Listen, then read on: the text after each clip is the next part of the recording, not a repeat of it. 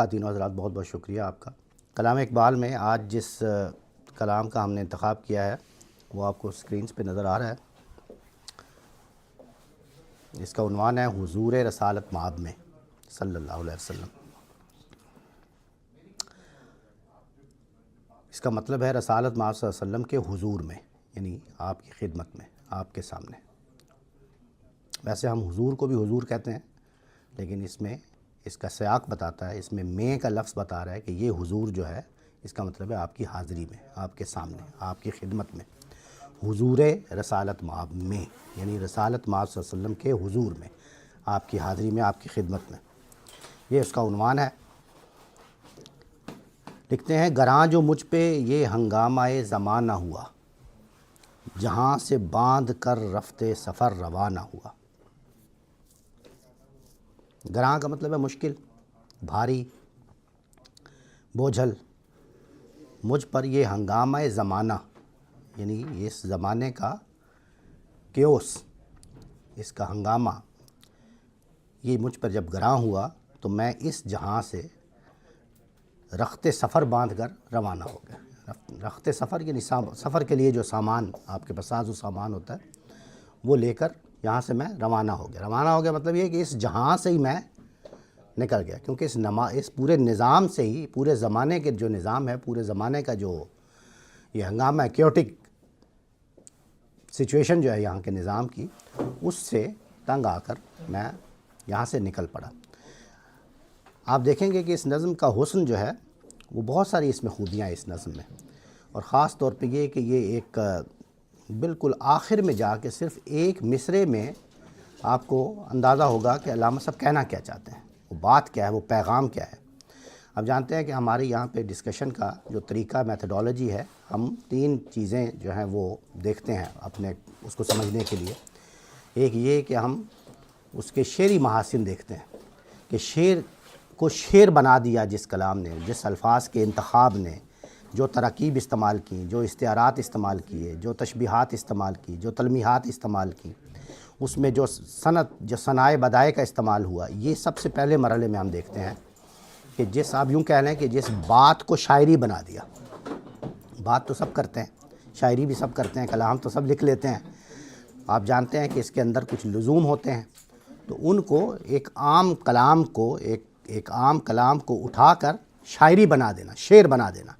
یہاں شعر میں شعر سے میری مراد محض شعر، شاعری نہیں ہے، وہ شعر جو شعریت کے مقام پر پوری اترے، یہ جو اعلیٰ ترین کلام ہوتا ہے اس کو شاعری کہتے ہیں۔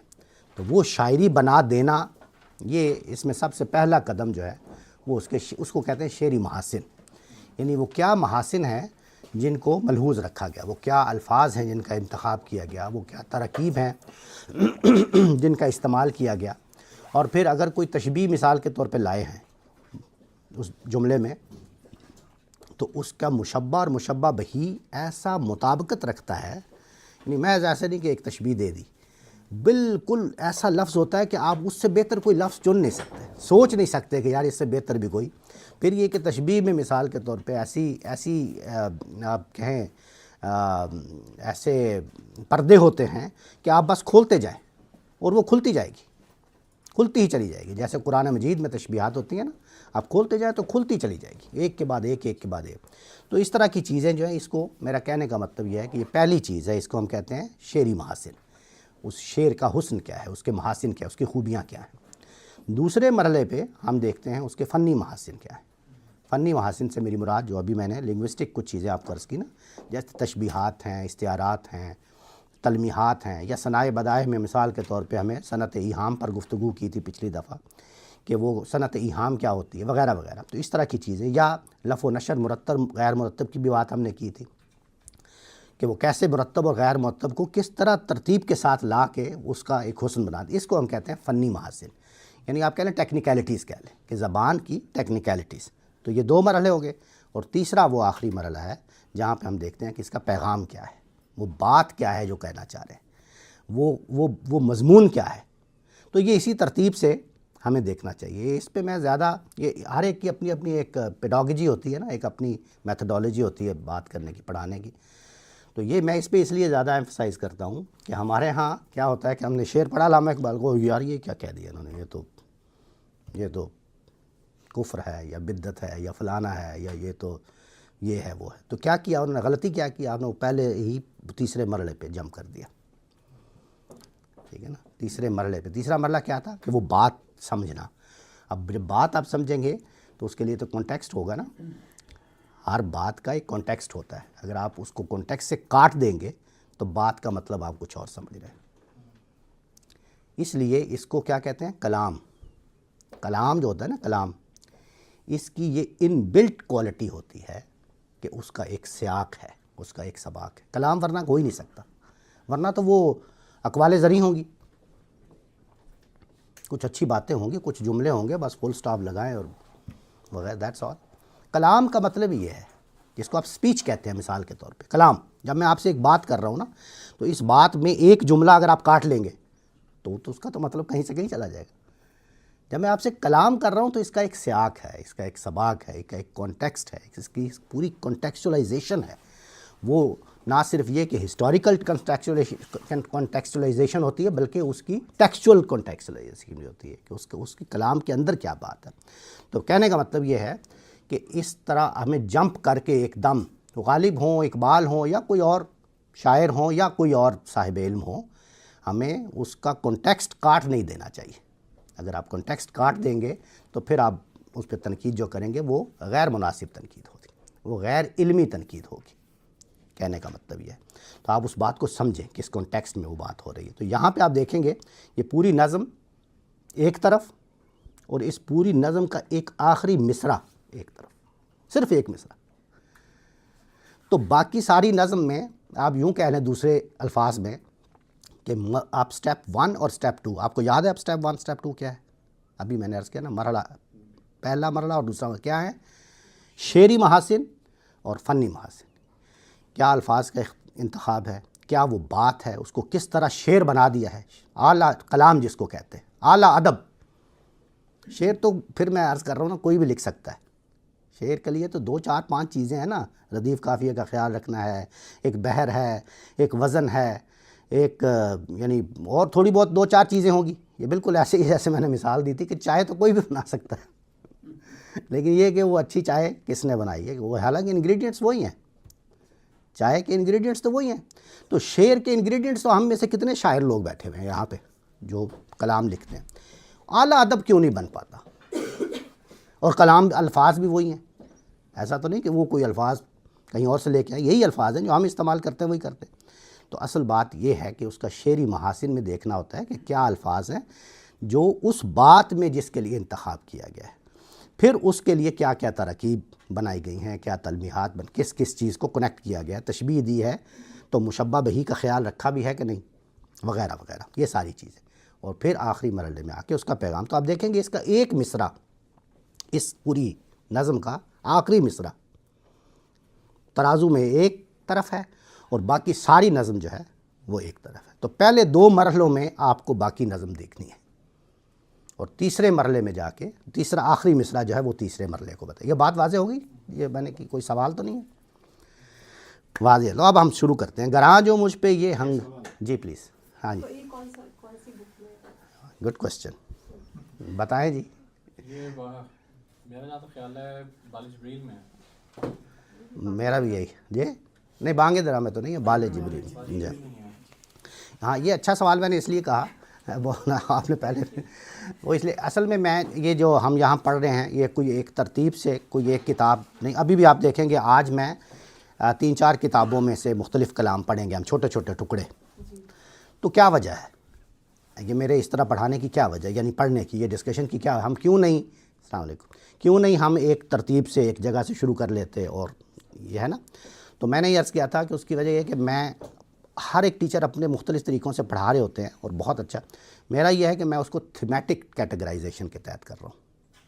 آپ کو یاد ہوگا ہم نے سب سے پہلی جہاں سے شروع کیا تھا تو ہم نے تصوف پہ کلام کیا تھا. میری نوائے شوق سے شور حریم ذات. تو تصوف ایک تھیم ہے، تصوف ایک مضمون ہے جس پر شاعری کی جا رہی ہے. اب آپ کیا تھیم یوز کریں؟ آج وہ آخری مصرعے میں پتہ چلے گا.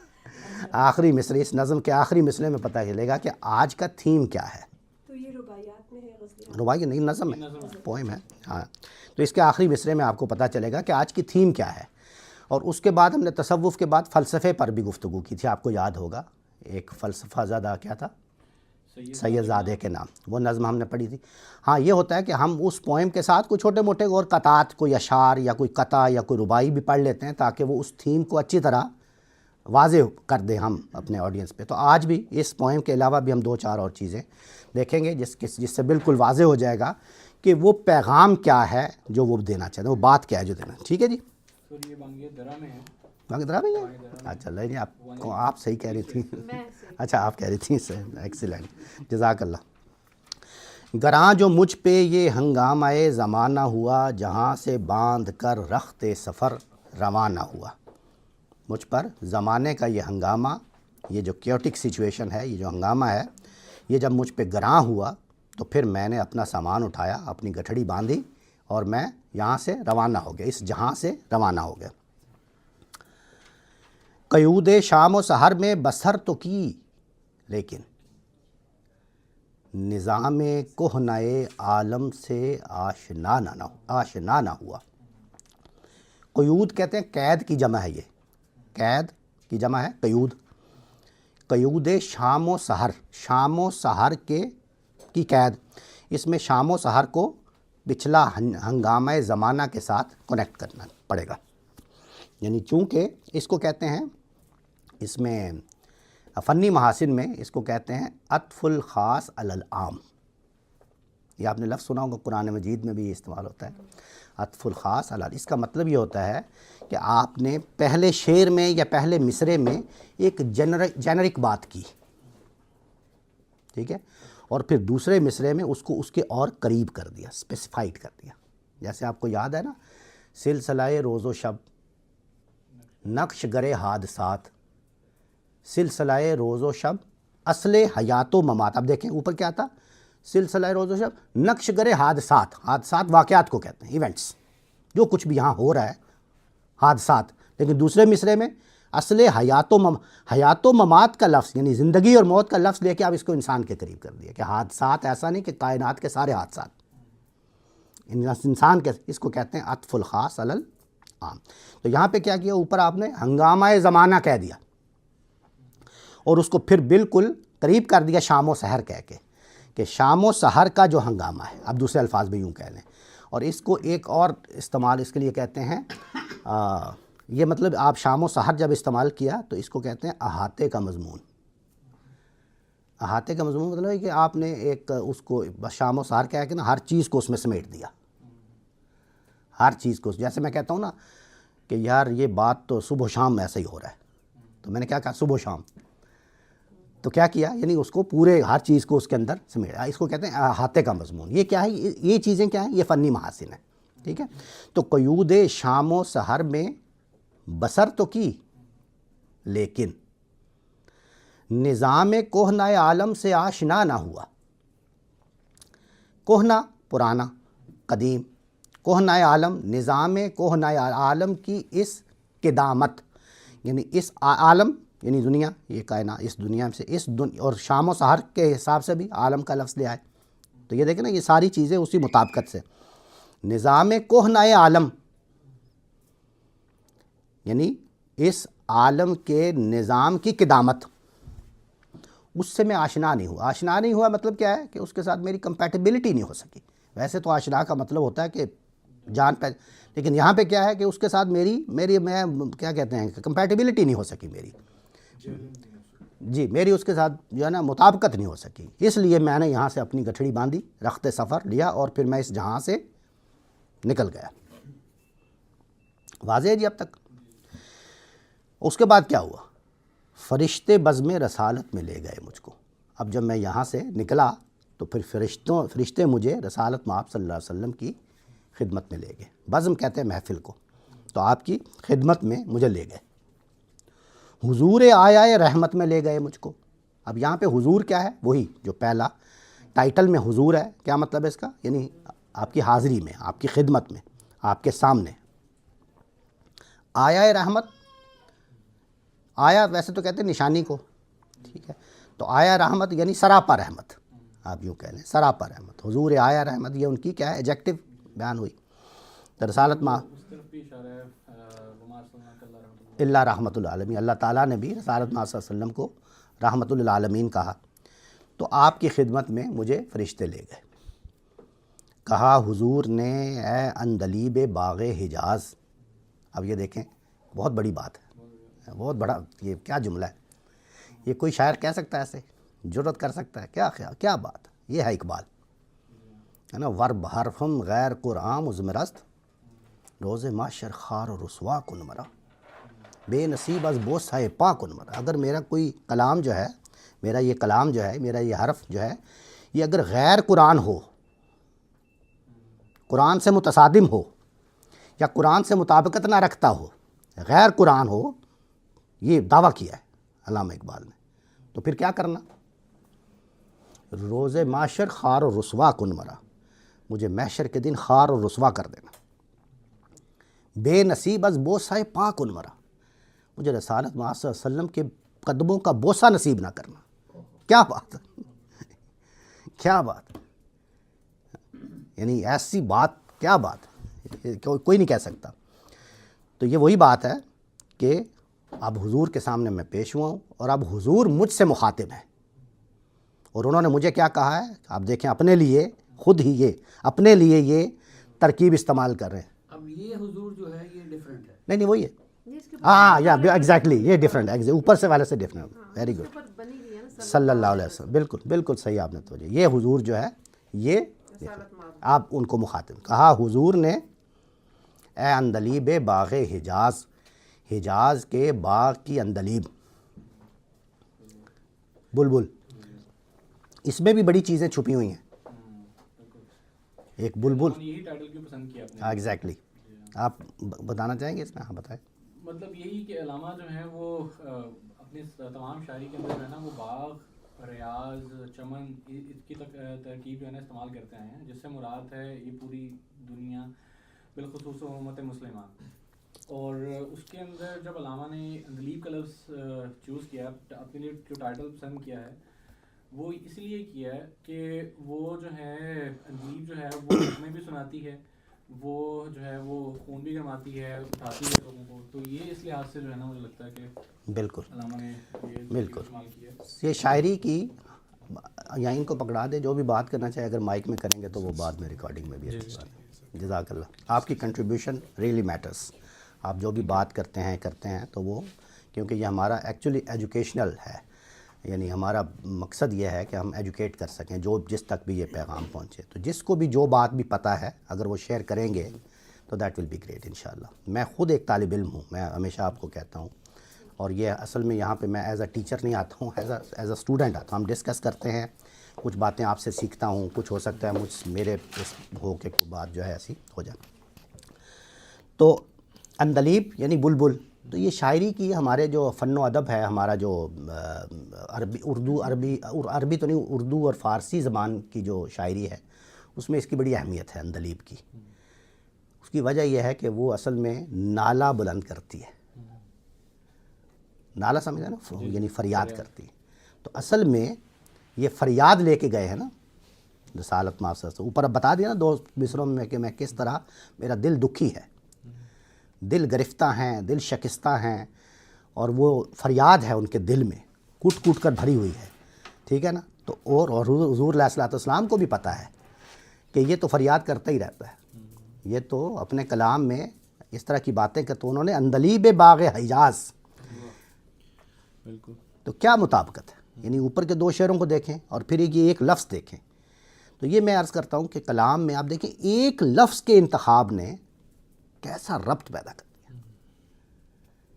تو یہ ہے اعلیٰ کلام. میں بار بار اس طرف اس لیے توجہ دلا رہا ہوں کہ اعلیٰ کلام کہتے ہیں نا ادب عالیہ. کیوں، کیا وجہ ہے؟ آخر وہ بھی انسان کیا چیز ہے، وہ کیا چیز ہے جو مختلف کرتی ہے.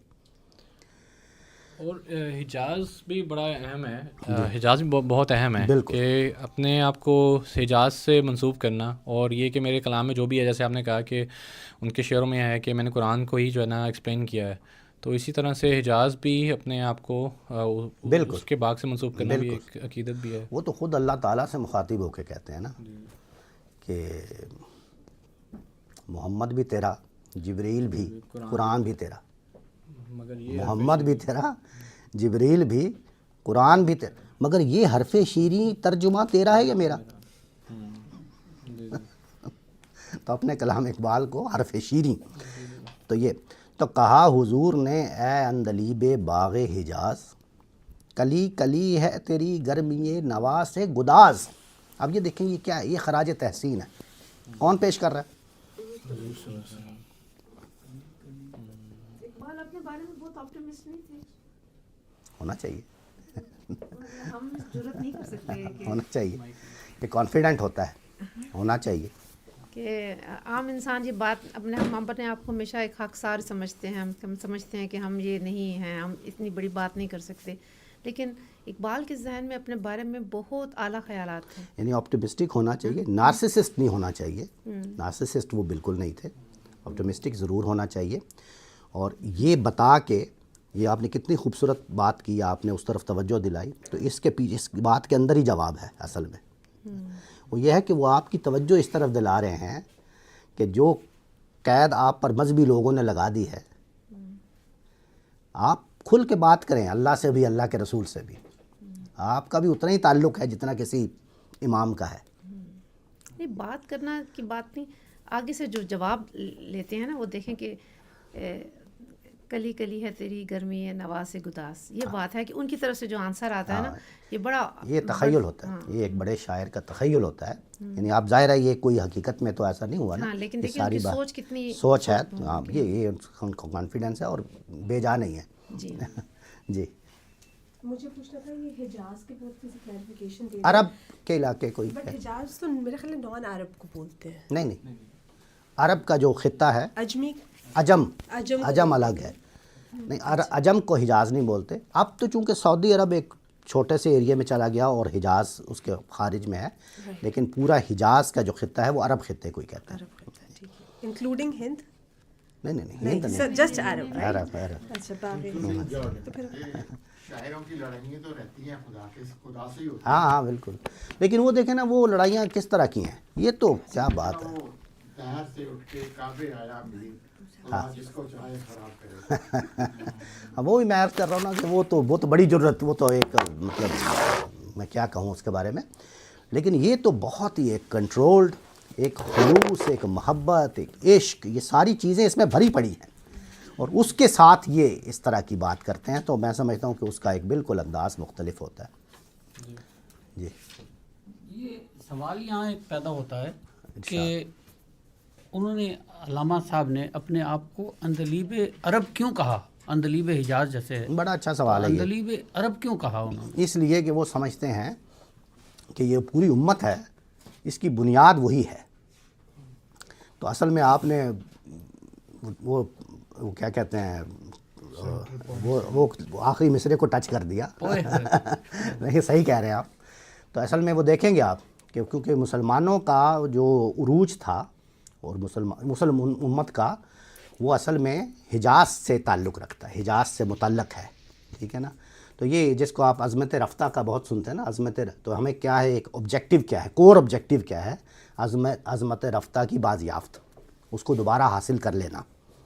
تو وہ اس لیے اس کی فریاد کرتے ہیں. وہ اپنے آپ کو اس کا نالہ کنا کہتے ہیں، اپنے آپ کو اس لیے عندلیب یا بلبل کے نام سے پکارتے ہیں کہ یہ فریاد ہے جو ان کے دل سے نکل رہی ہے. اور اب اس کو انہوں نے مہر تصدیق ثبت کر دی جب وہ الفاظ یا وہ بات انہوں نے حضور علیہ الصلوۃ والسلام سے کہلوا دیے اپنے تخیل میں.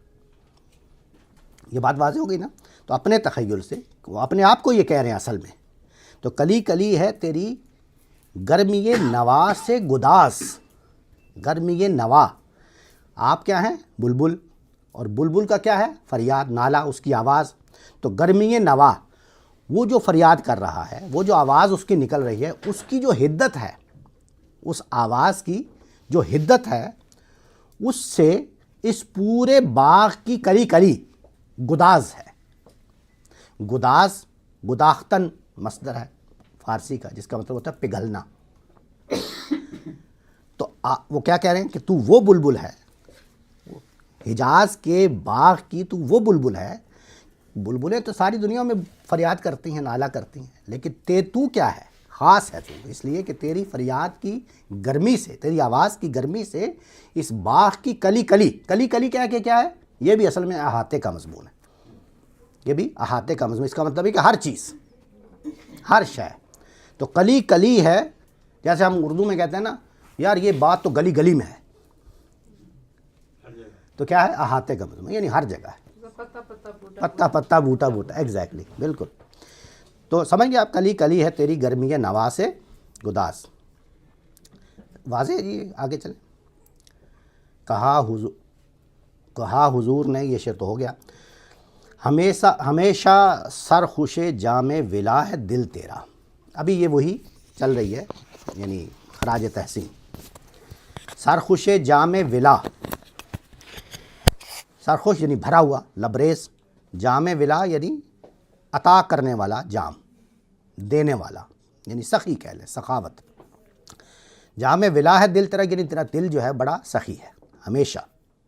ہمیشہ سرخوش جام ولا ہے دل تیرا, فتادگی ہے تیری غیرت سجود نیاز. یہ بھی کیا ہے, وہی, یعنی سپاس ہے, اور یہ خراج تحسین ہے.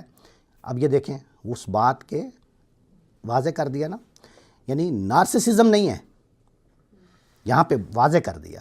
کیوں؟ کیونکہ سجود کو کیا کہا, نیاز, کہ یعنی تیرے اندر عاجزی ہے, تیرے اندر عجز ہے, تیرے اندر ہمبلنس ہے, تیرے اندر وہ اخلاق کی غیرت جو ہے وہ کوٹ کر بھری ہوئی ہے. اپنے آپ کو یہی بھی کہلوایا ہے اسی تخیل میں. یعنی ایسا نہیں ہے کہ میرے اندر کوئی انانیت ہے, کوئی تکبر ہے, کوئی گھمنڈ ہے, کوئی ضد ہے, کوئی اس طرح کی کوئی چیز نہیں ہے. ایسی کوئی چیز, نہ تمرد ہے, نہ گھمنڈ ہے, نہ اس کا انانیت نام کی کوئی چیز نہیں. عجز ہے, انکساری ہے, نیاز مندی ہے. سمجھ گیا؟ تو فتادگی یعنی آپ کی افتاد, آپ کا مزاج, تیری غیرت سجود نیاز. یہ واضح ہوگی بات. ابھی تک حضور نے, اب آگے دیکھیں, اب پوچھ رہے ہیں, اڑا جو پستی دنیا سے تو سوئے گردوں. گردوں کہتے ہیں آسمان کو, سوئے گردوں آسمان کی جانب. جو پستی دنیا سے تو آسمان کی جانب اڑا ہے, سکھائی تجھ کو ملائک نے رفت پرواز. یہ جو رفت پرواز ہے, پرواز, یہ رفت میں نے بتایا تھا, رفت بھی کہتے ہیں, رفت بھی کہتے ہیں, دونوں صحیح ہیں. رفت اصل میں اردو میں آ کے رفت بن گیا ہے, کیونکہ ہماری بچیوں کے نام ہوتے ہیں رفت. اصل میں یہ عربی میں رفع سے آیا ہے, رفع یرفع و رفعنا لک ذکرک. جزاک اللہ جی. تو رفت پرواز یعنی پرواز کی بلندی, پرواز کی رفت کس نے سکھائی تجھ کو, ملائک نے. ملائک کس کی جمع ہے, ملک کی, یعنی فرشتہ. واضح ہے جی, آگے بڑھیں. کوئی اگر لفظ یا کوئی بات اگر ہو تو مجھے آپ فوراً روکیں, بلکہ آپ بتائیں اگر آپ بتانا چاہتے ہیں. میرے خیال سے ایک چیز میں ایڈ کرنا چاہوں گا پلیز. کہ جیسے مطلب علامہ نے اتنا کچھ جو ہے نا حضور کی طرف سے جو ہے نا وہ کہلوایا ہے اپنے آپ کو, اس میں یہ چیز بھی ہے کہ انسان جو ہے نا وہ اس حد تک مطلب کہ وہ بتانا چاہتا ہے اپنے ساتھ والوں کو, یا کہ میرے اندر یہ سب کچھ ہے, اور وہ کبھی بتا نہیں پاتا اس طرح سے, قسم کھا کے اس طرح سے نہیں بتا سکتا, کہ یقین نہیں دلا سکتا. تو یہ میرے خیال سے علامہ نے ایک جو ہے نا وہ لاسٹ اٹمپٹ کی ہے کہ میں اس سے آگے نہیں جا سکتا, اتنا بڑا رسک میں نہیں لے سکتا. کہ اگر یہ سب جھوٹ میں نے لکھ دیا تو میں حضور کے آگے جو ہے نا رسوا ہو جاؤں گا. صحیح, بہت اچھی بات کی آپ نے, بیوٹیفل, ایکسیلنٹ, جزاک اللہ. آپ یہاں آ جائیں, آپ ادھر آ جائیں. آپ یہ بیگ آپ نیچے رکھتے ہیں چاہتے ہیں. آگے بڑھیں جی. اڑا جو پستی دنیا سے تو سوئے گردوں, سکھائی تجھ کو ملائک نے رفت پرواز. نکل کے باغ جہاں سے برنگ بو آیا, ہمارے واسطے کیا تحفہ لے کے تو آیا. کیا خوبصورت ہے. یہ اب رسالت میں آپ صلی اللہ علیہ وسلم فرما رہے ہیں, باغ جہاں سے یعنی اس دنیا کے باغ سے, یعنی اس دنیا سے. برنگ بو آیا, برنگ بو کیا ترکیب ہے. اب یہ دیکھیں, اس میں بو کا لفظ بھی ہے, خوشبو, اور رنگ کا بھی. لیکن یہاں رنگ کا مطلب رنگ نہیں ہے, آپ سمجھ گئے نا, یہ ہوتی ہے اعلیٰ کلام کی وہ خوبی کہ آپ رنگ اور بو کو آپ کہتے ہیں نا رنگ و بو کہتے ہیں نا، عام لفظ استعمال ہوتا ہے رنگ و بو، یعنی اس کا رنگ دیکھیں اور اس کی خوشبو دیکھیں، ٹھیک ہے نا، تو اکٹھا لفظ استعمال کر دیا، لیکن اس رنگ کا مطلب کلر نہیں ہے یہاں پہ، کیا مطلب ہے، یعنی اس طریقے سے، اس اسلوب سے، جیسے ہم کہتے ہیں نا کہ اس رنگ سے، کس رنگ سے آئے ہو بھائی، کس اسلوب سے، کس طریقے سے آئے ہو، ٹھیک ہے نا، تو نکل کے باغ جہاں سے برنگ بو آیا، یعنی تو اس طریقے سے آیا جیسے خوشبو آتی ہے، مانند، بالکل مثل جیسے کہتے ہیں، مانند کہتے ہیں، کی طرح کہتے ہیں، کہ اسلوب میں، کے طریقے پر، وغیرہ وغیرہ، یہ ساری چیزیں ہم استعمال کر سکتے ہیں۔ تو نکل کے باغ جہاں سے برنگ بو آیا، ہمارے واسطے کیا تحفہ لے کے تو آیا۔ اب رسالت مآب صلی اللہ علیہ وسلم یہ پوچھ رہے ہیں، اس میں تو کوئی ایسا لفظ نہیں۔ جی یہاں پر ایک چیز ایڈ کرنا چاہوں گا، جو حضور نے فرمایا ہے کہ باغ جہاں، اب علامہ نے اوپر جو ہے نا وہ کوہنا جہاں کہا اور یہ سب چیزیں ہیں، لیکن یہاں پر ایک پازیٹیوٹی نظر آتی ہے اور اس طرف اشارہ بھی نظر آتا ہے کہ دنیا مزرعہ الاخرہ، جی جی، کہ جو دنیا ہے یہ آخرت کی کھیتی ہے، تو اس سے بھی ایک جو ہے نا ہمیں وہ کنیکٹیوٹی ملتی ہے۔ جی بہت بہت شکریہ۔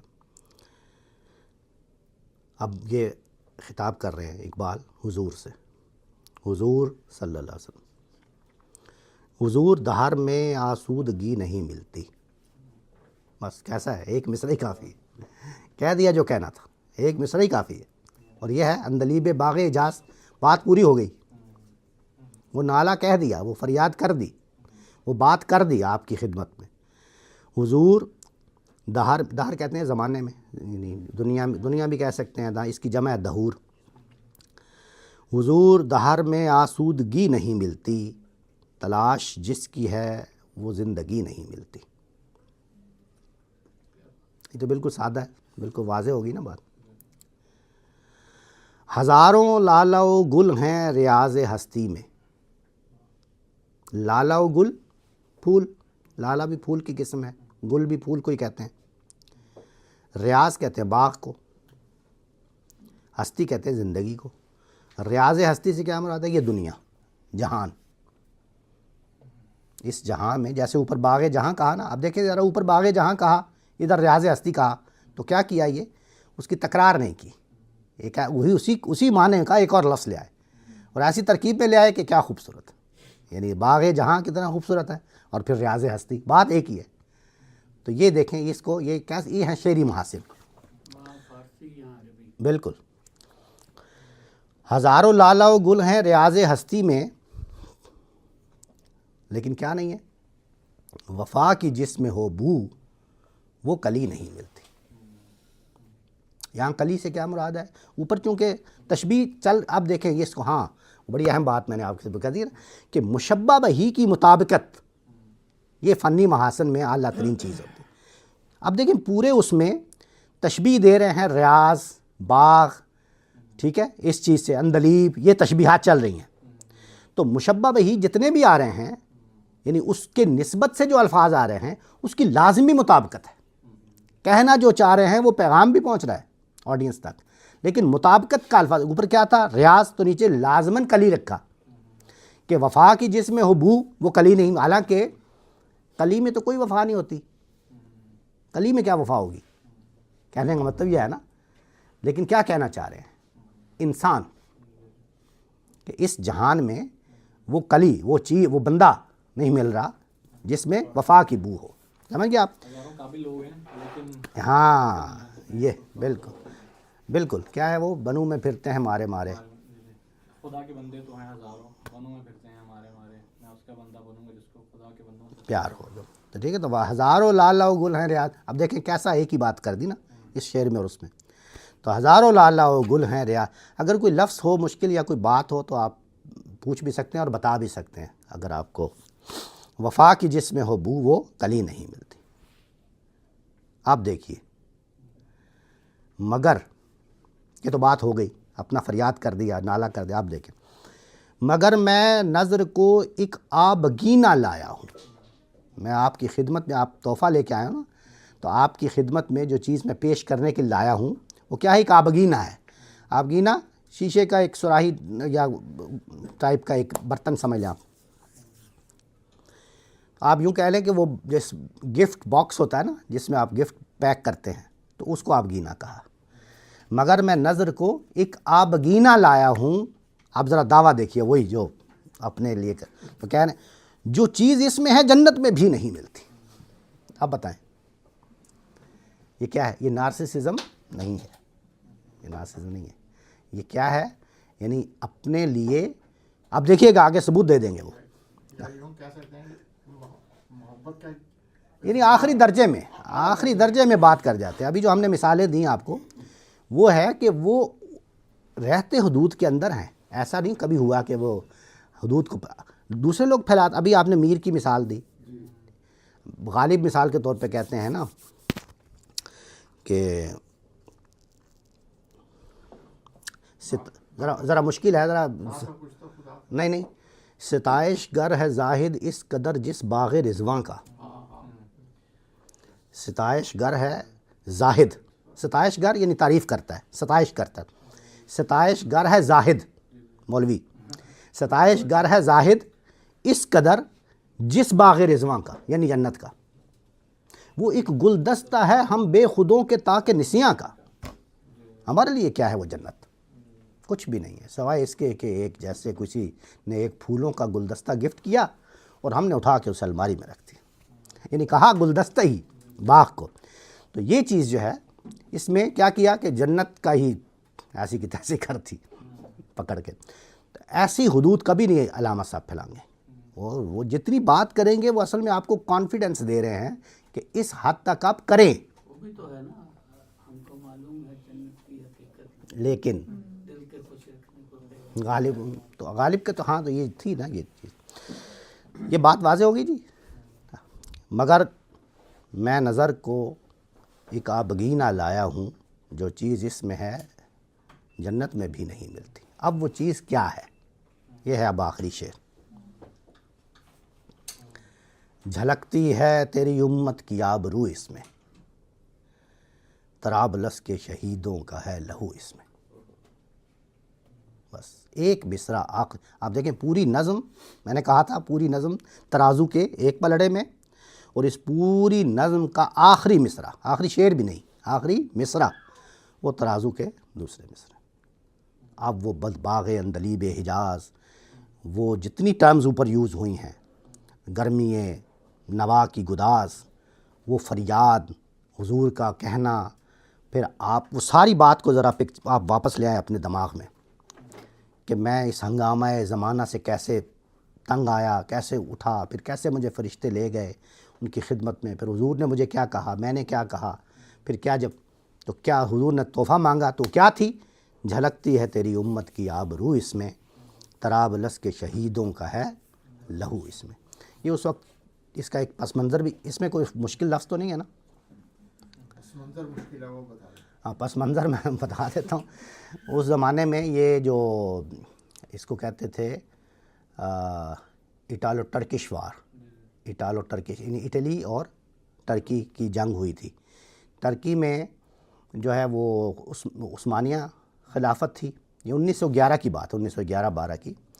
تو اس میں ایک کلیش چل رہا تھا. ایک خطہ تھا لیبیا میں, اس کو کہتے تھے, ایک تو ٹریپولی ہے نا, تو اس کا نام تھا ٹریپولیٹانیہ, اس جگہ کا ٹریپولیٹانیہ. تو اس پر یہ دونوں کا تھا, لیبیا کا بھی اور ان کا بھی. تو انہوں نے جنگ کر لی. اس جنگ کی بڑی خوبیاں ہیں. لیبیا کا بھی کلیم تھا, اٹلی کا بھی تھا, اور ترکوں نہیں ترکوں کا تو اس لیے تھا نا, ترکوں کے تو تحت آتا تھا وہ, خلافت عثمانیہ کے تحت آتا تھا وہ. تو اصل میں ترکی تھے, ٹھیک ہے نا, یعنی لیبیا ترکی تھے دوسرے الفاظ میں آپ یوں کہہ لیں. تو انہوں نے یہ جو جنگ ہوئی تو اس میں جو اب آپ آ جائیں ہندوستان میں, اب ہندوستان تو کہیں پہ بھی نہیں کھڑا ہوا نا اس ساری چیز, لیکن ہوا یہ تھا کہ جب انہوں نے اٹلی نے یہ حملہ کیا یا سوچا اس کا, تو پوری امت نے یہ مسلمانوں پر حملہ سمجھا, اور خاص طور پہ خلافت عثمانیہ اس زمانے میں آپ جانتے ہیں کہ بہت اہمیت رکھتی تھی اپنی آخری سانسوں میں. ایک لمبی حکومت کر چکے تھے اور آخری سانسوں میں تھے. 1900 اس کے 10-12 سال بعد ختم بھی ہو گئی, اغلاق ہو گیا اس کا. تو اس وقت مسلمانوں ہندوستان کے مسلمانوں نے آخری تن من دھن کی بازی لگا دی کہ کسی طریقے یہ اس بچ جائے اور یہ جو حملہ ہو رہا ہے اس میں بھی ان کی پسپائی ہو، مسلمانوں کی فتح وغیرہ وغیرہ. تو یہ سارا اس کا پس منظر ہے. اس میں ہمارے ہاں بہت بڑے بڑے نام ہیں ہندوستان میں، خاص طور پہ شیخ الہند محمود حسن ہو گئے، مولانا عبید اللہ سندھی ہو گئے، محمد علی جوہر ہو گئے، ان کے بھائی ہو گئے. یہ بڑے بڑے لوگ، بڑے بڑے نام جو تھے. بلکہ ان سے آگے کئی تحریک اس بات کے بعد، یعنی اس جنگ کے بعد کئی تحریکیں اٹھیں. آپ نے سنی ہوں گی یہ بڑی، یہ تحریک خلافت کی بھی بنیاد اسی سے ہی اٹھی ہوئی ہے. ایک اور بڑی مشہور تحریک ہے، آپ نے پتہ نہیں سنی ہے کہ نہیں؟ یس، ریشمی رومال. وہ بھی شیخ الہند ان کے ہی تھی، یعنی محمود حسن صاحب کی، لیکن عبید اللہ سندھی کا تھا. تو اس کو ریشمی رومال تحریک کہتے ہیں. یہ وہ ریشمی رومال آندہ تیرے لئی ریشمی رومال، یہ وہ والا نہیں ہے. وہ والا نہیں ہے یہ.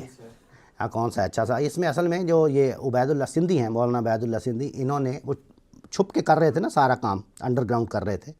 تو ریشمی رومال تھے 3، ان پر خط لکھ کے باریک باریک تو ایسے اس کو لپیٹ کے تو وہ بھیجے تھے.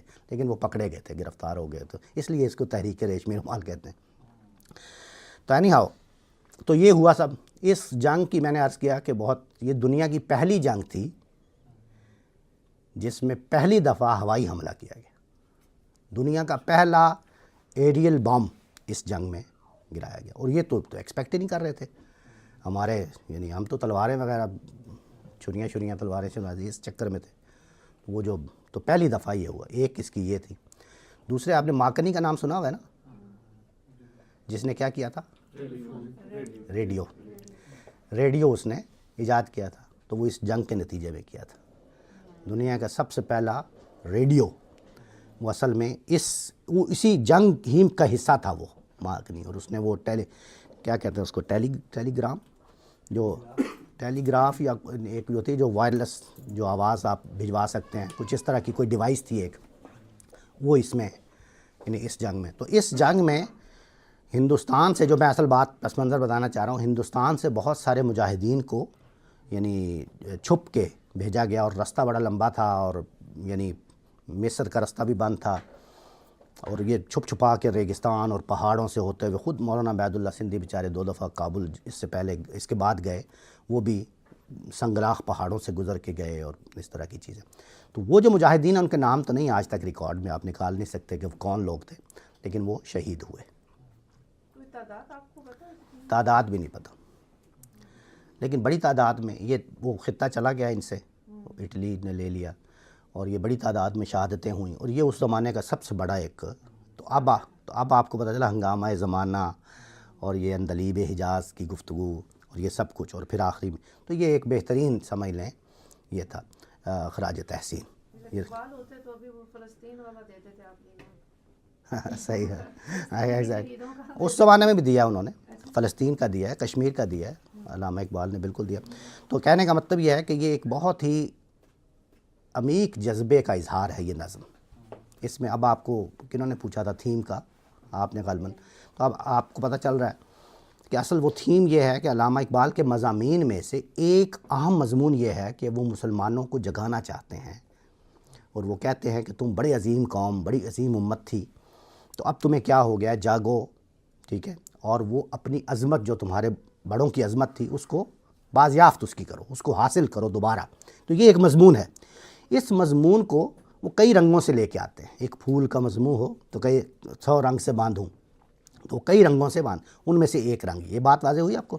میں کنفیوز ہوں کہ یہ تو ڈیفیٹ تھی نا مسلمانوں کی، تو پھر یہ ایسے تحفہ کیوں پسند کیا؟ مطلب اپنی طرف سے دکھ پیش کیا نا، اپنی طرف سے وہ نالا ہے نا اندلیب، وہ دکھی ہیں، انہوں نے خون پیش کیا کہ ہم نے تیری امت کی آبرو کے لیے ہم لڑے، ہم نے شہادت قبول کی. اس سے مقدس، وہ کہہ رہے ہیں کہ اس مقدس خون، یہ تو جنت میں بھی نہیں ہے، اتنا مقام ہے اس چیز کا، سمجھ گئے نا آپ. تو اس کی یعنی آخری درجے میں خراج تحسین پیش کیا. اور تو اب اسی سے ملتے جلتے مضامین کے 1-2 قطعے میں آپ کو، اور اگر آپ اجازت دیں تو ہم پڑھتے ہیں.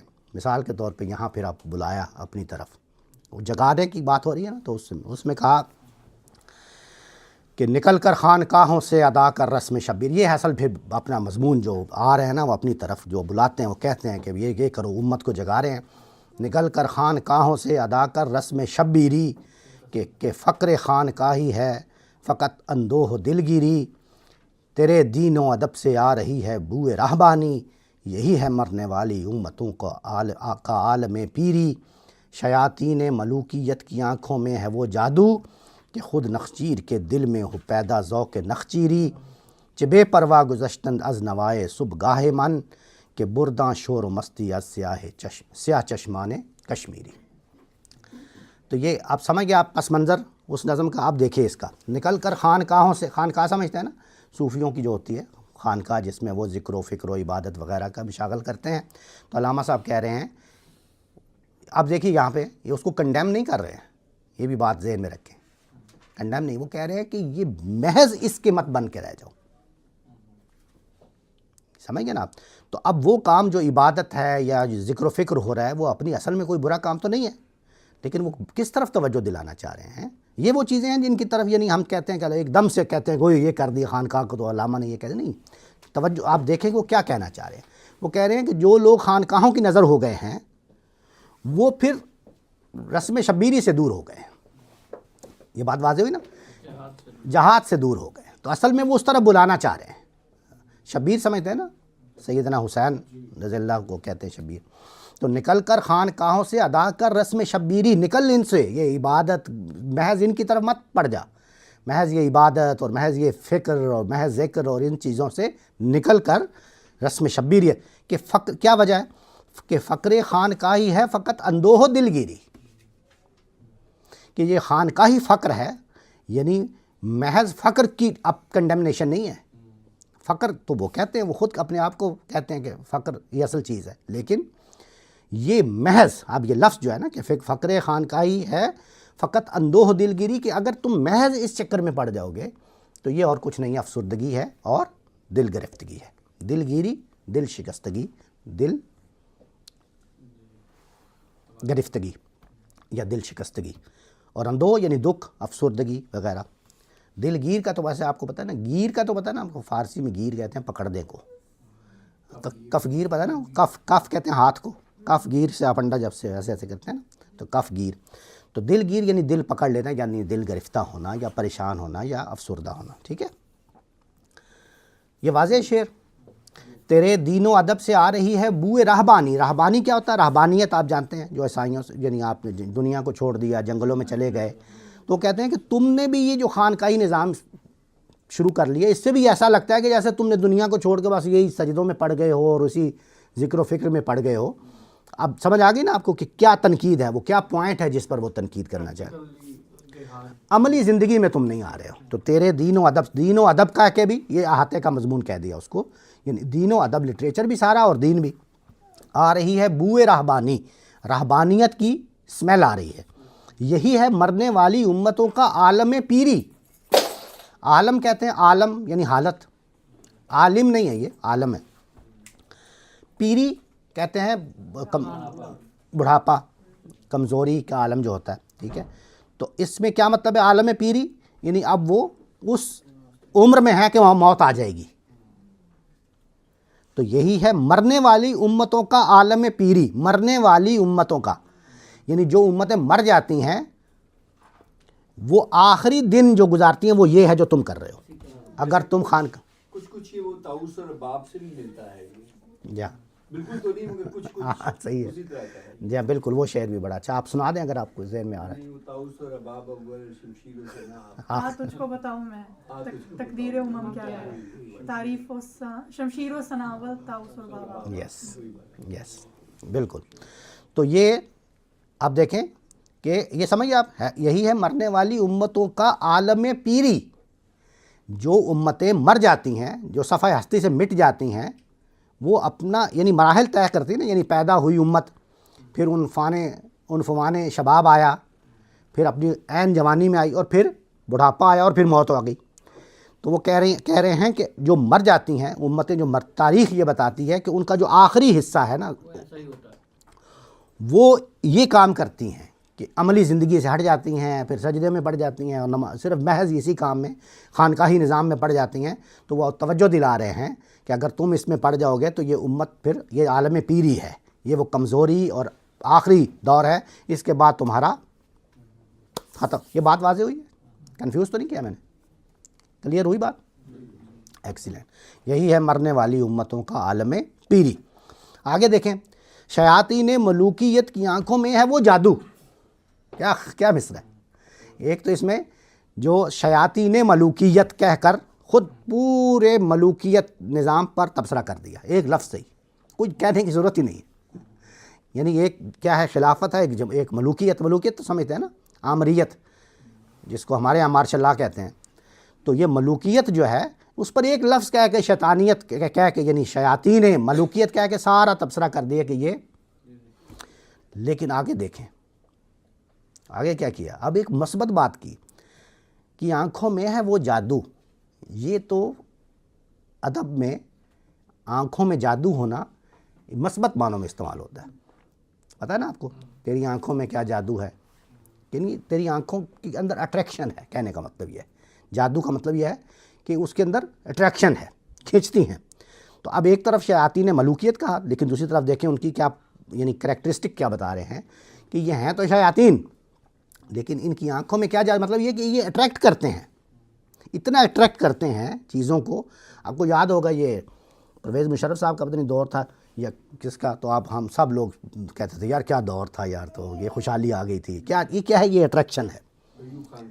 ہر ایک کا جس کا دور بھی دولت آتی ہے یا کچھ اس طرح کا آتا ہے تو وہ نہیں، پسند کی بات نہیں ہے، یعنی اس میں PTI والوں کو جو ہے وہ عمران کا دور پسند ہے۔ نہیں عمران کی بات نہیں میں کر رہا، میں یہاں آپ نہیں کر رہے، میں دور کی بات کر رہا ہوں، جس کو جو پسند۔ نہیں، میں ملوکیت کی، ہاں میں ملوکیت کی مثال دینا چاہ رہا ہوں۔ نواز شریف صاحب یا عمران خان صاحب کی بات اس لیے نہیں کر رہا ہوں کہ وہ ایک الگ چیز ہے نا، صرف ملوکیت کی مثال میں نے دی ہے۔ تو ملوکیت کے دور میں میرا کہنے کا مطلب یہ ہے کہ وہ اٹریکشن آتی ہے نا، تو اس کی طرف توجہ دلائی ہے کہ شیاطین ملوکیت کی آنکھوں میں ہے وہ جادو، اس کی آنکھ میں وہ کشش ہے۔ سوری، ملوکیت اور بادشاہت میں کیا آپ ایک ہی چیز، ملک بادشاہ کو ہی کہتے ہیں، ملک کی بادشاہ کو کہتے ہیں، ٹھیک ہے، ملک اسی کو، ہاں جی بالکل شیطانوں کی حکومت جی اس میں یہ کہنا نہیں، شیطانوں کی حکومت نہیں، یہ تو نہیں کہتے ہیں، یہ تو نہیں ہے۔ یعنی میں یہ انہوں نے ایک ایڈجیکٹو یوز کیا ہے اس میں صفت، اور وہ ایڈجیکٹو یوز ایسے کیا ہے اس میں خرابیاں برائیاں بہت کہ اس میں بس ایک لفظ میں تبصرہ کر دیا ساری ہر چیز پہ، اس کو اس کے مزید کچھ کہنے کی ضرورت نہیں رہی، شیطان کہہ کے بتا دیا کہ بس یہ تو بس سمجھ گئے نا آپ۔ لیکن کیپٹلزم کی تو بات نہیں کر رہا، ملکیت سے نہیں ملوکیت، ملک کہتے ہیں بادشاہ کو، ملک اور ملک میں ملک عربی میں تو اس کو کہتے ہیں نا، یعنی فرشتے کو بھی کہتے ہیں، بادشاہ کو بھی کہتے ہیں۔ تو شیاطین ملوکیت کی آنکھوں میں ہے وہ جادو۔ اب وہ جادو بتا رہے ہیں کہ وہ کیا جادو ہے، وہ کیا اٹریکشن ہے، اس کا نتیجہ کیا نکلتا ہے، وہ دیکھیں دوسرے مصرعے میں کہ خود نخچیر کے دل میں ہو پیدا ذوق نخچیر۔ نخچیر کہتے ہیں شکار کو، شکار، کہ خود نخچیر کے دل میں جو شکار ہو رہا ہے اس کے دل میں پیدا ہو، کیا پیدا ہو، ذوق نخچیری، کہ میں شکار ہو جاؤں، یعنی قتل ہونے کی محبت کہہ لیں۔ یعنی ایک شکار، ایک ہوتا ہے شکاری، ایک ہوتا ہے شکار۔ تو شکاری جو ہے وہ کسی جانور کا شکار کرتا ہے، تو جانور کو تو بچنا چاہیے، مرنے سے بچنا چاہیے، بچتے ہیں نا، آپ ہرن کا شکار کرتے تو بھاگ جاتا ہے، رائٹ، کوئی بھی شکار کرتے ہیں تو وہ دور بھاگتا ہے۔ لیکن وہ کہہ رہے ہیں کہ یہ ایسی چیز ہے کہ اس کو کہ نخچیر جو ہے وہ اپنے آپ وہ خود وہ اس کے اندر ذوق نخچیر ہی پیدا ہو رہا ہے۔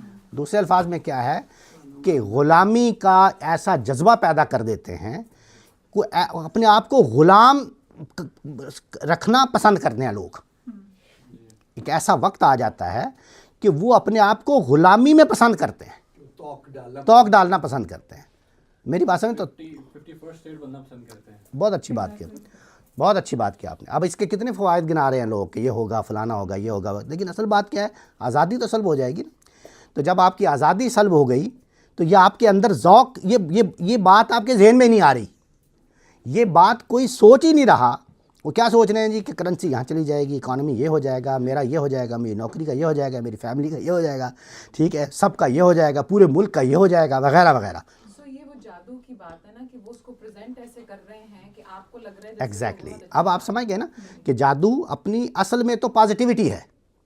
آنکھوں کا جادو ادب میں، یعنی ویسے تو جادو اس جادو کی بات نہیں کر رہا ہوں میں، آنکھوں کا جادو یہ آنکھوں کا جادو پازیٹیوٹی ہے ہمارے اردو ادب میں، فارسی ادب میں، کہ تیری آنکھوں میں کیا جادو، مطلب یہ کہ یہ اٹریکٹ کر رہا ہے. لیکن پیچھے کیا کہا؟ شیاطین ملوکیت.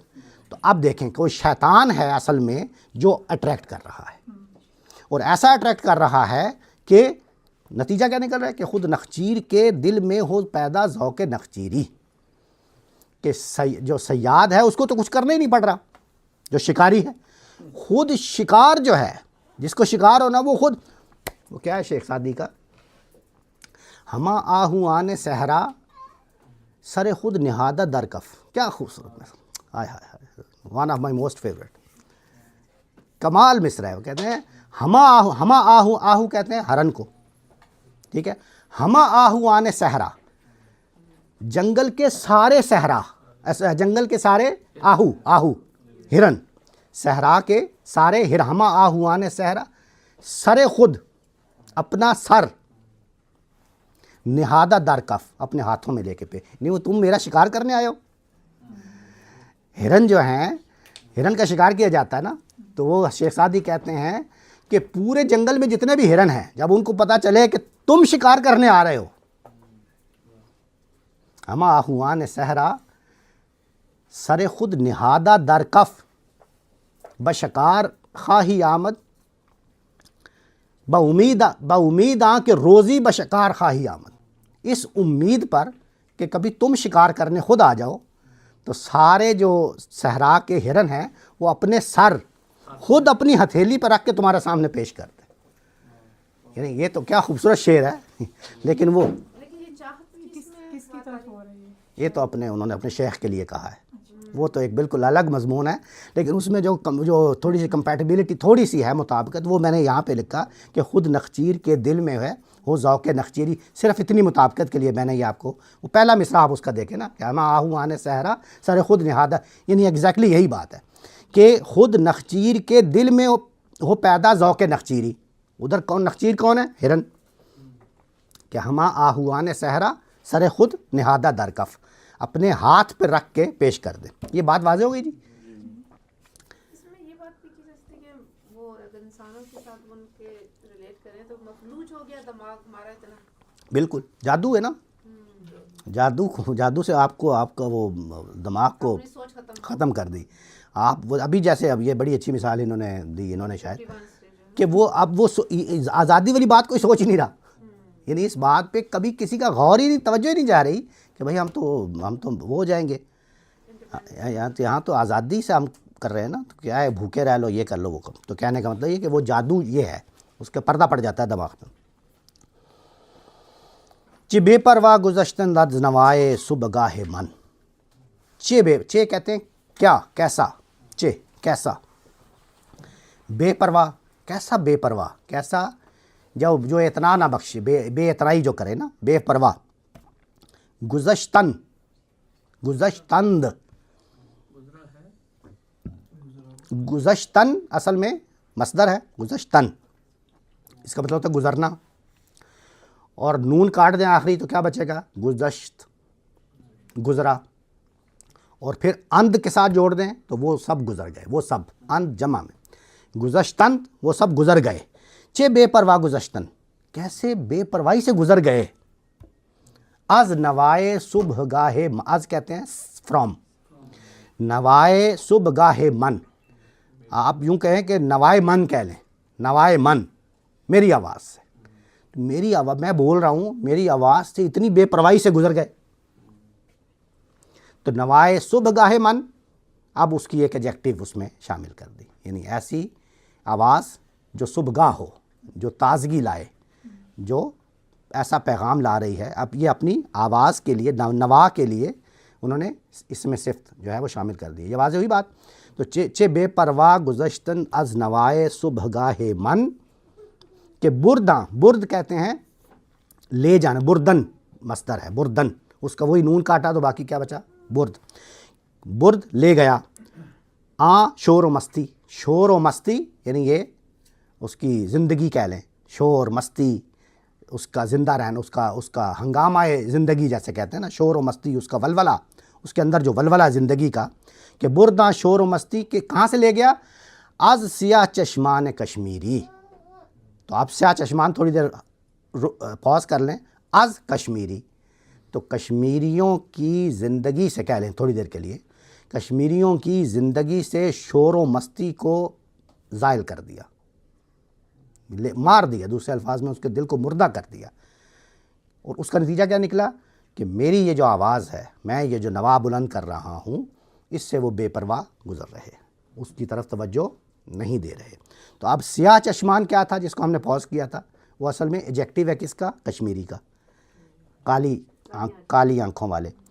تو یہ ایک طرح سے ان کی خوبی بیان کی، ان کی خوبصورتی بیان کی. تو اب ذرا شعر پورا سمجھیں. ہم نے اس کو توڑ کے ذرا تحلیل کر دی، لیکن آپ سمجھیں. اور یہ کیا ہے؟ یہ وہی فریاد ہے، وہی اندلیب حجاز کا نالہ ہے جو پچھلی نظم میں ہم نے پڑھا نا. چہ بے پرواہ گزشتند از نوائے صبح گاہ من. اب سمجھ آئی نا آپ کو کہ میری وہ فریاد کنا، میری آواز جو صبح گاہ ہے، جو آپ کے کلیجوں کو جگا رہی ہے، آپ کے دماغوں کو جگا رہی ہے، اس سے آپ ایسے بے پرواہ گزر گئے، اس سے آپ نے اتنی اعتنائی نہیں بخشی، اس کو بے اتنا کر دیا. اور نتیجہ کیا نکلا؟ کہ کشمیری سیاہ چشمان ایسے خوبصورت کشمیری جو ہیں، ان کے سینوں سے وہ شور و مستی جو ہے وہ لے گئی، یہ بے اتنائی لے گئی، ختم ہو گئی وہ مرد. یہ بات واضح ہوئی جی؟ کوئی سوال اب یہاں تک تو نہیں ہے؟ ایک آخری چیز بھی پڑھتے ہیں پھر اجازت لیتے ہیں. جی میں نے کہا تھا کہ اسی سے متعلق ایک اور نظم بھی ہے ضرب کلیم میں، غلاموں کی نماز. غلاموں کا، ہاں سنائیں، کچھ آتا ہے؟ میں اس کو پڑھ کے سنا سکتی ہوں. مائک تو ہے، میں ایسے ہی پڑھ لیتی ہوں. یہ اس میں ریکارڈ ہو جائے گی، آواز آ جائے گی آپ کی. جی قریب. جی. غلاموں کی نماز. ترکی وفد ہلال احمر لاہور میں، یعنی ٹرکش ریڈ کریسنٹ لاہور میں آیا تھا، تو وہاں پہ انہوں نے بادشاہی مسجد میں نماز پڑھی تھی. کہا مجاہد ترکی نے مجھ سے بعد نماز، طویل سجدہ ہیں کیوں اس قدر تمہارے امام. وہ سادہ مرد مجاہد، وہ مومن آزاد، خبر نہ تھی اسے کیا چیز ہے نماز غلام. ہزار کام ہیں مردان حر کو دنیا میں، انہی کے ذوق عمل سے ہیں امتوں کے نظام. بدن غلام کا سوز عمل سے ہے محروم، کہ ہیں مرور غلاموں کے روز و شب پہ حرام. طویل سجدہ ہیں اگر تو کیا تعجب ہے، ورائے سجدہ غریبوں کو اور کیا ہے کام. خدا نصیب کرے ہند کے اماموں کو وہ سجدہ جس میں ہے ملت کی زندگی کا پیام. بہت خوبصورت، ایکسیلنٹ، تھینک یو. بالکل یہ وہی پیغام ہے جس کی طرح اگر انہوں نے جو دو لفظ بولے تو مجھے ایک بات یاد آ گئی، تو میں چاہتا ہوں اس کی طرف آپ کی توجہ دلا دوں.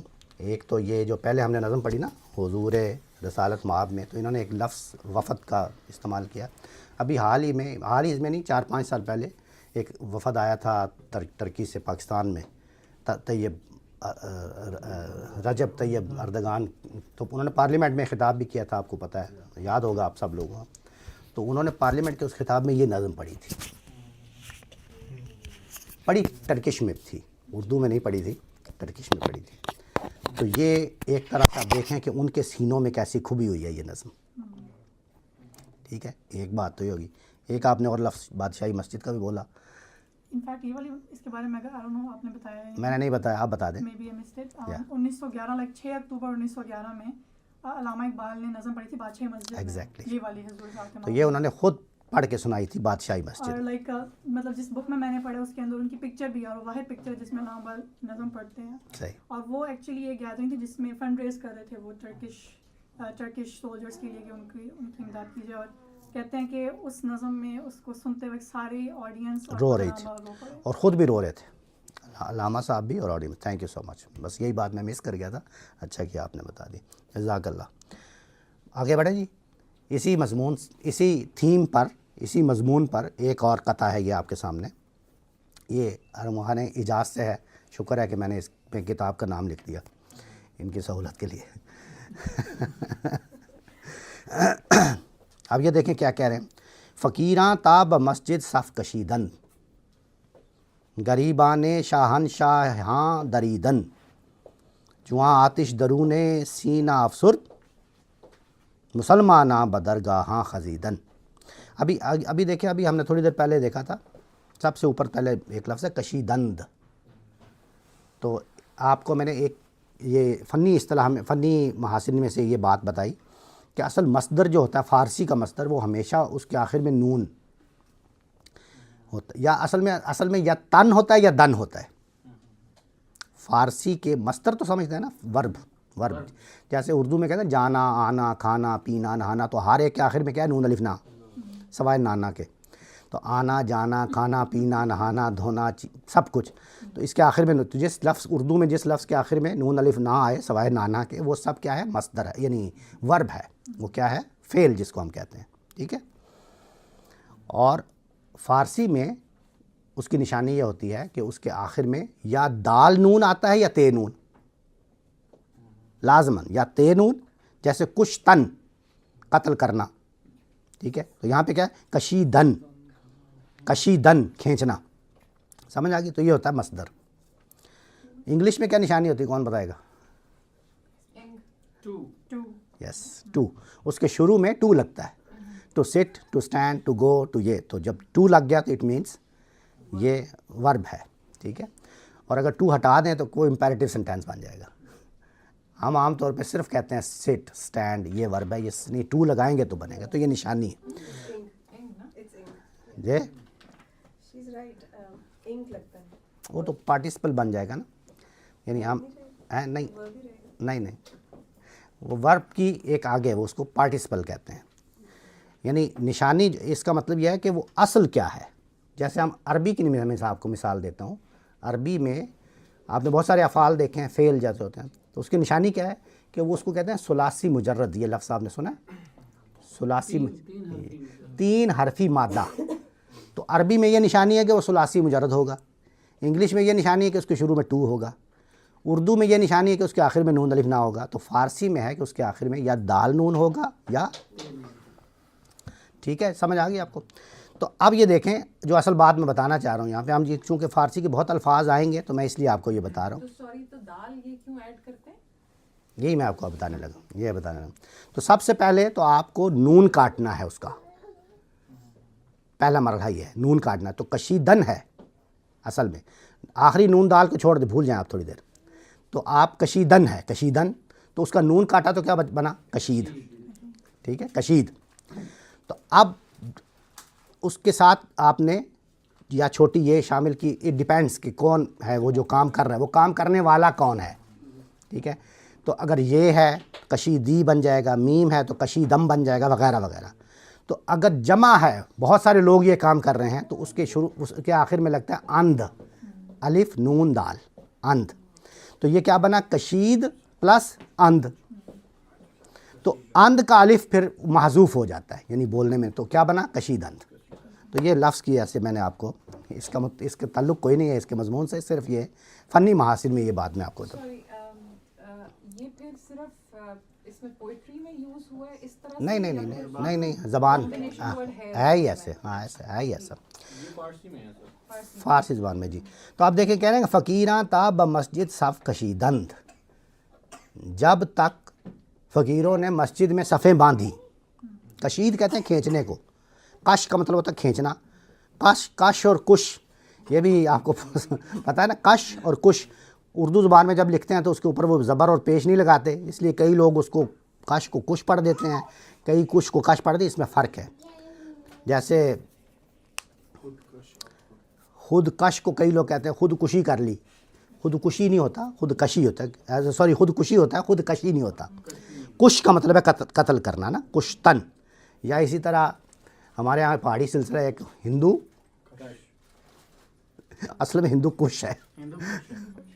تو ہندو کش لگا کش لگانا جو ہے نا، کش، یہ سگریٹ کا کش، وہ کش ہے، کچھ نہیں ہے، وہ کش ہے، کیونکہ اس میں کھینچتے ایسا سوٹا لگاتے ہیں، کھینچتے ہیں، یعنی سمجھ گئے آپ، رسا کشی، کشی نہیں ہے، کشی، رسا کشی، تو کش، کش، یہ دیکھیں، تو کش کا مطلب ہے کہ مارنا، قتل کرنا، تو سمجھ گئے آپ. تو یہاں پہ کیا ہے، کش، کشیدن، کھینچنا. صف کشیدن کس معنی میں استعمال ہو، یعنی صفیں باندھنا، صفیں بنانا دوسرے الفاظ میں. تو جب تک مسجد میں صفیں باندھتے تھے تو تب تک کیا ہوتا تھا، غریبان شہنشاہ دریدند، بڑے بڑے شہنشاہوں کے غریبانوں کو پھاڑ دیتے. دریدن سے ہے درد. جب تک یہ حال تھا تو یہ تھا کہ بڑے بڑے بادشاہوں کے گریبانوں کو پکڑ لیتے تھے، پھاڑ دیتے تھے. پھر اس کے بعد کیا ہوا، چواں آتش درون سینہ افسرد. جب، چوں کا مطلب ہے جب، ان کے درون سینہ، سینے کے اندر لگی ہوئی آگ، آتش درون سینہ ٹھنڈی ہو گئی. جب وہ ٹھنڈی ہو گئی تو پھر کیا نتیجہ نکلا، مسلمانہ بدرگاہاں خزیدن، پھر وہ کھنچے چلے جاتے ہیں، گھستے چلے جاتے ہیں خانقاہوں میں. تو جو ہم نے اوپر بات کی تھی خانقاہوں سے، کہ نکل کر خانقاہوں سے ادا کر رسم شبی، یہ اصل میں وہ مضمون ہے. یہ بات واضح ہوئی آپ کو کہ جب تک تو وہ ان کے اندر وہ تھا، جذبہ تھا، جوش تھا، ولولہ تھا، تو تب تک تو وہ بڑی بڑی ریاستوں اور بڑی بڑی سلطنتوں کے کنگرے اتار دیے انہوں نے، ان کے بادشاہوں کو لے کے زمین بوس کر دیا. لیکن جب وہ ان کے اندر لگی ہوئی سینے کے اندر وہ جذبہ مٹ گیا، وہ آگ جو سینوں کے اندر تھی وہ ٹھنڈی پڑ گئی، تو نتیجہ کیا نکلا، پھر وہ خانقاہوں میں گھس گئے. مسلمانہ بدرگاہاں خزیدن، خزیدن یعنی گھس گئے. واضح جی، درگاہ نا نہیں ہے ہی وہ، درگاہ، اور درگاہ کی جمع درگاہ، اور با اس کے ساتھ لگی کہ اس کے ساتھ بدرگاہ. جی جس طرح بمسجد تھا تو بدرگاہ، بالکل بالکل. لو جی یہ آخری ہے بالکل، یہ غازی، یہ اسی سے مطابقت رکھنا. آپ دیکھیں یہ بھی میں نے کتاب کا نام لکھ دیا، اوہ نظم، کتاب کا نہیں لکھا، نظم کا لکھا، جوابی. جواب شکوہ سے نہیں ہے، جی یہ جواب شکوہ سے نہیں ہے، نہیں ہے، نہیں یہ جواب شکوہ سے نہیں ہے، یہ الگ نظم ہے. آئی شور؟ جی جی، اچھا تھینک یو، یہ لے مٹا دیا. اچھا، یہ غازی یہ تیرے پر اسرار بندے جنہیں تو نے بخشا ہے ذوق خدائی. یہ بڑی سادہ ہے، اس لیے اس کی زیادہ وضاحت کی ضرورت نہیں پڑے گی. پر اسرار، اس کو بھی کئی لوگ پر اسرار کہتے ہیں. یہ پر اسرار نہیں ہوتا، اسرار یہ سر کی جمع ہے، سرم و اعلانیم ہے نا، چھپا ہوا، اس کی جمع ہے اسرار. راز کو کہتے ہیں، راز کو. ہاں جی، سر کا مطلب ہے چھپا ہوا بھی ہوتا ہے، اور راز کو بھی کہتے ہیں. جی روٹ سیم ہی ہے. سیم ہے. تو پر اسرار یعنی وہ جو سینوں کے اندر بڑا علم رکھتے ہیں، جو سینوں کے اندر پر کا مطلب بھرا ہوا، تو پر اسرار بندے. یہ غازی یہ تیرے پر اسرار بندے جنہیں تو نے بخشا ہے ذوق خدائی. ذوق خدائی یعنی خدا کی طرف محبت، خدا کی طرف لگن، اس دنیا کی طرف نہیں بلکہ خدا کی طرف. دو نیم ان کی ٹھوکر سے صحرا و دریا، ان کی ٹھوکر سے صحرا ہو یا، یہ صحرا و دریا کہہ کے بھی احاطے کا مضمون ہے، اس میں سب کچھ شامل کر دیا. یعنی ایسا نہیں ہے کہ جیسے اس میں میدان یا جنگل نہیں ہے، سب شامل ہے. یہ میں نے مثال دی تھی نا، جیسے ہم صبح شام کہتے ہیں یا رات دن کہتے ہیں، تو اس میں احاطے کا مضمون ہوتا ہے. صحرا و دریا، دو نیم ان کی ٹھوکر سے، یعنی دو لخت، دو ٹکڑے ہو جاتا ہے ان کی ٹھوکر سے. صحرا ہو یا اس کی وسعت ہو، دریا ہو یا اس کی طغیانی ہو، ان کی ٹھوکر کے سامنے کوئی معنی نہیں رکھتی. سمٹ کر پہاڑ ان کی ہیبت سے رائی. ہیبت یعنی سوری، پہاڑ جو ہے کتنا ہیوج چیز ہوتی ہے نا، بہت بڑا چیز ہوتی ہے، لیکن ان کی ایک چھوٹے سے انسان ہے، لیکن اس کے اندر ایک ایسا جذبہ ہے، اس کی ہیبت اتنی ہے کہ وہ پہاڑ سمٹ کر رائی کے دانے کے برابر ہو جاتا ہے. سمٹ کر پہاڑ ان کی ہیبت سے رائی. دو عالم سے کرتی ہے بیگانہ دل کو، عجب چیز ہے لذت. کیا خوبصورت شعر ہے. دو عالم سے کرتی ہے بیگانہ دل کو، عجب چیز ہے لذت آشنائی. جب آپ کو آگہی ہو جاتی ہے، جب آپ کو آشنائی ہو جاتی ہے، آپ کو اس حقیقت کا ادراک ہو جاتا ہے، جب آپ اس کو پہچان لیتے ہیں، آپ کے اندر وہ علم آ جاتا ہے، آشنائی آ جاتی ہے، تو پھر آپ کو وہ دو عالم سے بیگانہ کر دیتی ہے. دو عالم سے بیگانہ کر دیتی ہے یعنی پھر آپ کو کوئی لالچ نہیں رہتی، پھر آپ کو کوئی ہوس یا حرص نہیں رہتی، پھر آپ کو کسی چیز کی تڑپ نہیں رہتی، آپ کے اندر خواہش وہ نہیں رہتی، پھر آپ کا کور آبجیکٹو کوئی اور چیز بن جاتی ہے. سمجھ گے نا، وہ ہے نا، دھن رے دھنیے اپنی دھن، دھن رے دھنیے اپنی دھن، پرائی دھنی کا پاپ نہ پن. تیری روئی میں تین بنولے، سب سے پہلے ان کو چن. اور وہ 3 بنولے کیا ہیں؟ ہرس، ہوا اور ہوس. وہی چیز تو 2 عالم سے کرتی ہے بیگان. جب آپ کو لذت آشنائی حاصل ہو جاتی ہے تو پھر یہ آپ اپنی روئی میں سے بنولے چنیں گے. پھر آپ دوسرے پہ انگلی نہیں کریں گے، دوسرے پر وہ تان و تشنی ہوگی. آپ 2 عالم سے بیگانہ ہو جائیں گے. آپ دوسرے کہنا آپ کو کسی چیز کی، جیسے ایک بڑا مشہور ان کے واقعہ، آئی ڈونٹ نو اس میں کتنی اتھینٹسٹی ہے، رابعہ بصری کا، آپ کو پتہ ہے؟ جی سنائیں. کچھ ایسا ہے کہ وہ کہتی ہیں کہ میں نہ اللہ کی جہنم کے خوف سے اس کی عبادت کرتی ہوں، نہ اس کی جنت کے اشتیاق میں اس کی عبادت کرتی ہوں، بلکہ اس لیے کرتی ہوں کیونکہ وہ اللہ کی عبادت ہے. تو وہ سنا ہے کہ ایک دفعہ اپنے ایک ہاتھ میں پانی اور ایک ہاتھ میں آگ لے کے جا رہی تھی. لوگوں نے پوچھا یہ کیا آگ اور پانی؟ انہوں نے کہا میں اس آگ سے جنت کو جلانے جا رہی ہوں اور اس پانی سے دوزخ کو بجھانے جا رہی ہوں، تاکہ لوگ دوزخ کے خوف، محض دوزخ کے خوف سے عبادت نہ کریں یا صرف جنت کے لالچ میں نہ کریں، بلکہ اپنے اندر جذبہ پیدا کریں. وہ یہ بات ہے، 2 عالم سے بیگانہ ہو جائیں. 2 عالم سے بیگانہ ہو جائے. 2 عالم سے کرتی ہے بیگانہ دل کو، عجب چیز ہے لذت آشنائی. یہ مصرع مجھے بہت پسند ہے. عجب چیز ہے لذت آشنائی. آشنائی کی لذت جب آپ کو حاصل ہو جاتی ہے، حقیقت تک آپ جب پہنچ جاتے ہیں، کسی بھی چیز کی حقیقت، تو آپ کے اندر وہ تڑپ، آپ کے اندر وہ جذبہ پیدا ہو جاتا ہے. پھر آپ 2 عالم سے بیگانہ ہو جاتے ہیں. شہادت ہے مطلوب و مقصود مومن، نہ مال غنیمت نہ کشور کشائی. یہاں پہ کش ہے، کشائی. کشا اصل میں یہ مصدر ہی الگ ہے. کشا جیسے مشکل کشا کہتے ہیں نا، دور کرنے والا. بالکل دور کرنا بھی ہوتا ہے. اس کا ایک طرح ہوتا ہے کہ طاقت کر دینا، اس کو فتح کر لینا.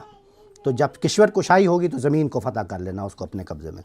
تو شہادت ہے مطلوب و مقصود مومن. مطلوب اور مقصود کسی مومن کا، سچے مومن کا، کسی کا مطلوب کیا ہونا چاہیے؟ وہ 2 عالم سے بیگانہ ہونا چاہیے. اس کا اصل مقصود اور اس کا اصل مطلوب کیا ہے؟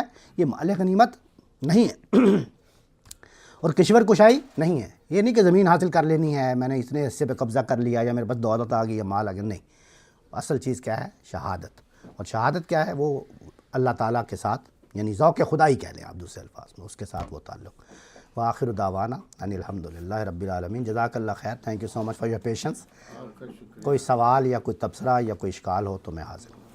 جی میرا کوشچن تھا، یہ جو نظم لکھی ہوئی ہے ٹرپولیٹانیا کی جنگ کے بارے میں، کیا یہ وہی ہے جس میں بعد میں عمر مختار نے بھی مسلمانوں کی طرف سے اٹالین سے جنگ کی تھی؟ وہ ڈفرینٹ ہے. عمر مختار عمر مختار، یس ایگزیکٹلی. بلکہ آپ نے بتا ہی دیا، یہ انہوں نے کہیں سے جہاں سے آیا تھا نا، ون آف دی مجاہدین واس، کہ ان کا جو انہوں نے بھیجا تھا ایک پورا گروپ، وہ ان سے تعلق بھی رکھتا ہے. لیکن ان کے کتنا نمبر تھا، کون لوگ تھے، یہ ریکارڈ میں نہیں ہے. اور بڑی مشکلوں سے وہ وہاں پہنچے تھے.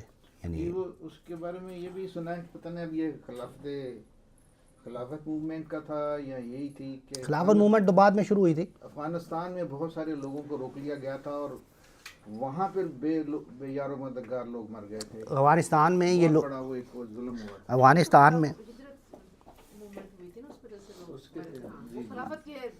کالج کے کچھ اسٹوڈنٹس جو ہیں یہاں سے، گروپ آف بڑی تعداد میں، وہ افغانستان چلے گئے تھے چھپ چھپا کے کس طریقے. پھر وہاں جا کے وہ اپنی تیاری ٹریننگ وغیرہ کر رہے تھے. مولانا عبید اللہ سندھی جو ہیں یہ بعد میں گئے تھے شیخ الہند کے کہنے پر. جب یہ وہاں گئے تھے تو اس وقت یہ چاہتے نہیں تھے جانا، یہ کہتے تھے میرے پاس کوئی پروگرام نہیں، کچھ نہیں. لیکن جب وہاں گئے تو ان کو پتہ چلا کہ یہاں تو لوگ آلریڈی، پھر ان کو سمجھ آئی کہ کیوں انہوں نے محمود حسن صاحب نے ان کو کیوں، محمود حسن صاحب کو جانتے ہیں نا، شیخ الہند جنہیں کہتے دیوبندی جو، تو انہوں نے بھیجا. تو وہاں سے پھر انہوں نے، وہ گرفتار ہو چکے تھے، جیسے آپ نے کہا نا، وہ طلباء گرفتار ہو چکے تھے، ان کو چھڑوایا، پھر ان کو تنظیم کی، بڑا کچھ کیا. وہاں افغانستان میں بھی بہت کچھ ہوا. لیکن بہرحال وہ سارا کچھ پھر آپ کو پتہ ہی ہے نتیجہ اس کا کیا نکلا. جی بالکل یہ اس سے کنیکٹڈ ہے. لیکن یہ سارے واقعات اس کے بعد ہوئے ہیں، اس کے بعد. یہ تو 1911-12 میں ہو گئی تھی، وہ 13-14 سے شروع ہوئی تھی. اور پھر خاص طور پہ خلافت جو ہے، خلافت کے لیے یہ بڑے جذباتی تھے. خاص طور پہ مولانا محمد علی جوہر کہا، مولانا محمد علی جوہر کا کیا ہے کہ خلافت پہ بیٹا جان اپنی دے دو. ان کی ماں نے یہ جو نظم لکھی تھی، والدہ نے کہا، بولی یہ اماں محمد علی کی، بولی یہ اماں محمد علی کی خلافت پہ بیٹا جان اپنی دے دو. تو یہ اس طرح کی شاعری جذبہ پیدا کرتی تھی. مولانا محمد علی جوہر اور مولانا ان کے جو بھائی تھے شوکت علی, انہوں نے پھر یہ تحریک شروع کی. یہ بھی بہت بات کی بات ہے, لیکن یہ کہ اسی سے ابتدا اسی سے ہوئی تھی, یہ اس واقعے سے, یہ جو اس نظم میں ہوا تھا. Thank you so much once again, جزاک اللہ.